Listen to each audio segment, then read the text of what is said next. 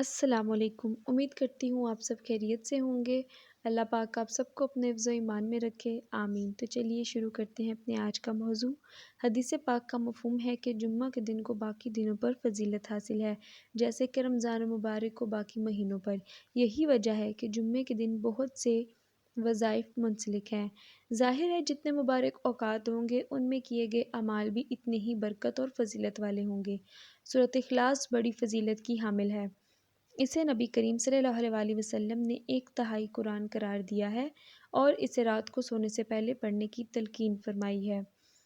4 آیات پر مشتمل مختصر صورت ہے جو اپنے اندر بے شمار فضائل لیے ہوئے ہے، اور احادیث نبوی سے ثابت ہے کہ اس تحریر سے فضائل کے بارے میں بتایا جا رہا ہے، اور ساتھ میں یہ بھی بتایا جائے گا کہ اس صورت کو آپ جمعے کے دن وظیفہ کر سکتے ہیں، اور یہ وظیفہ آپ نے کیسے کرنا ہے یہ بھی بتایا جائے گا۔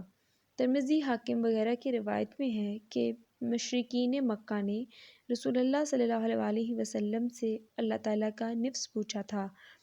اس کے جواب میں یہ صورت نازل ہوئی۔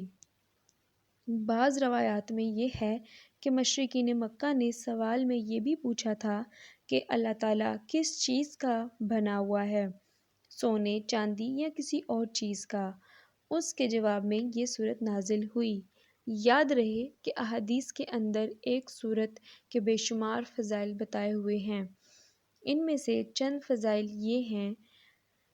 ترمذی نے حضرت ابو ہریرہ رضی اللہ عنہ سے روایت کیا ہے کہ ایک مرتبہ رسول اللہ صلی اللہ علیہ وسلم نے لوگوں کو جمع فرمایا، تو جتنے لوگ جمع ہو سکتے تھے اتنے جمع ہو گئے۔ آپ نے فرمایا کہ میں تمہیں تہائی قرآن سناؤں گا، اور پھر آپ صلی اللہ علیہ وسلم نے قل ھو اللہ احد یعنی سورۃ اخلاص کی تلاوت فرمائی اور ارشاد فرمایا کہ یہ ایک تہائی قرآن کے برابر ہے۔ ایک دوسری روایت میں ہے کہ حضرت عائشہ رضی اللہ عنہا بیان کرتی ہیں کہ نبی کریم صلی اللہ علیہ وسلم ہر رات جب بستر پر تشریف لاتے تو قل ھو اللہ احد اور قل اعوذ برب الناس اور قل اعوذ برب الفلق پڑھ کر دونوں ہتھیلیوں پر پھونک مار کر سر اور چہرے سے شروع کر کے اپنے جسم پر جہاں تک ہاتھ جاتا 3 بار پھیرتے۔ حضرت عائشہ رضی اللہ عنہا بیان کرتی ہیں کہ نبی صلی اللہ علیہ وسلم نے ایک شخص کو لشکر کا امین بنا کر بھیجا، تو وہ ایسے لشکر والوں کو نماز پڑھاتا اور اس میں ہر رکعت میں سورۃ اخلاص پڑھتا۔ جب وہ واپس پلٹے تو انہوں نے اس کا ذکر نبی صلی اللہ علیہ وسلم سے کیا۔ نبی صلی اللہ علیہ وسلم کہنے لگے کہ اس سے پوچھو کہ یہ کام وہ کس کے لیے کرتا تھا؟